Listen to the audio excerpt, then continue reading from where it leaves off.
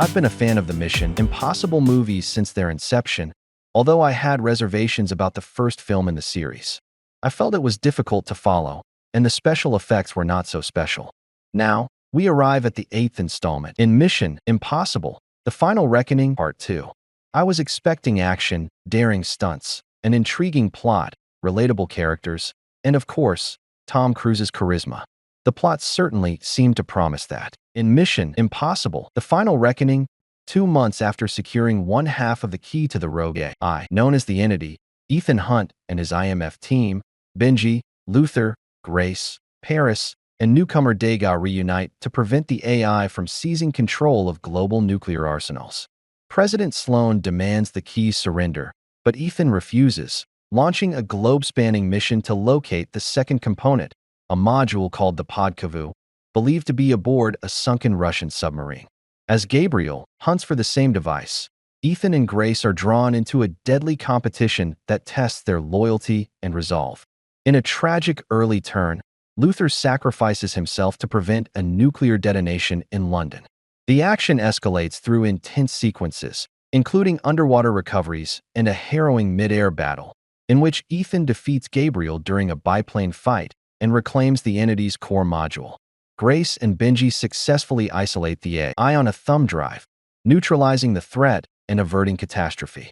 The film ends with Gabriel vanquished, the team reunited in London, and Ethan's fate left purposefully uncertain, closing this chapter while leaving room for future missions. But what did I actually get? I got a glossy movie, with all the glitz that its $400 million budget could buy. I also got cardboard characters forced to say lines so bad that I could have done a better job writing them. Poor Nick Offerman had to play a high-ranking military officer stuffed into a too-tight suit, constantly looking like he had indigestion and stress.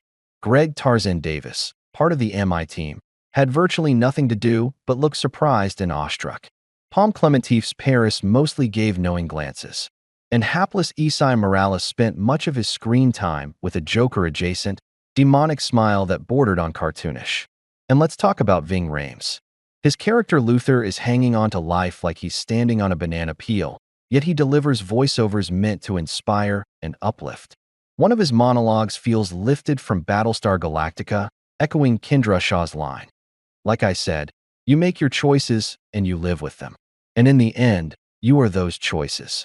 I honestly kept expecting him to say, "We have the meats," like in his Arby's commercials. And on a nitpicky note, where were the makeup people to blot out the shininess on his face?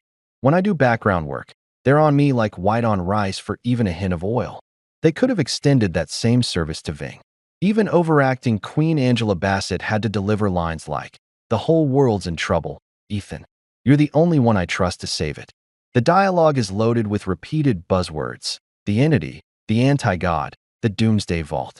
Simon Pegg's Benji gets saddled with gems like a self-aware, self-learning, truth-eating digital parasite infesting all of cyberspace. A lot of the dialogue is exposition delivered in telegraphic style, spoken so quickly it makes the plot even murkier. As for the action sequences, some bordered on laughable. Hunt loses his wetsuit, rises to the surface in unconscious agony from the bends, ends up trapped under a frozen surface, and in the next scene, he's being tended to by Haley Atwell. No explanation of how that happened. Similarly, Ethan jumps from a plane, his parachute bursts into flames, he's in free fall, and in the next scene, he's got a few scratches and a limp. Again, no explanation. Maybe they ran out of money to show how he survived. At this point, I found myself laughing out loud at the absurdity of it all. Now about the soundtrack. It was composed by Max Aruz and Alfie Godfrey. It was filled with portent, loud brams, blaring brass, and tension-building sounds meant to match the overblown action on screen.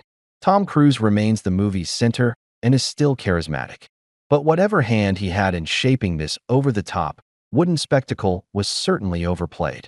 I still admire him and recognize his status as the last great movie star. And yet, despite all of my criticisms, I'll probably watch it again when it shows up on the Pluto TV Mission Impossible channel.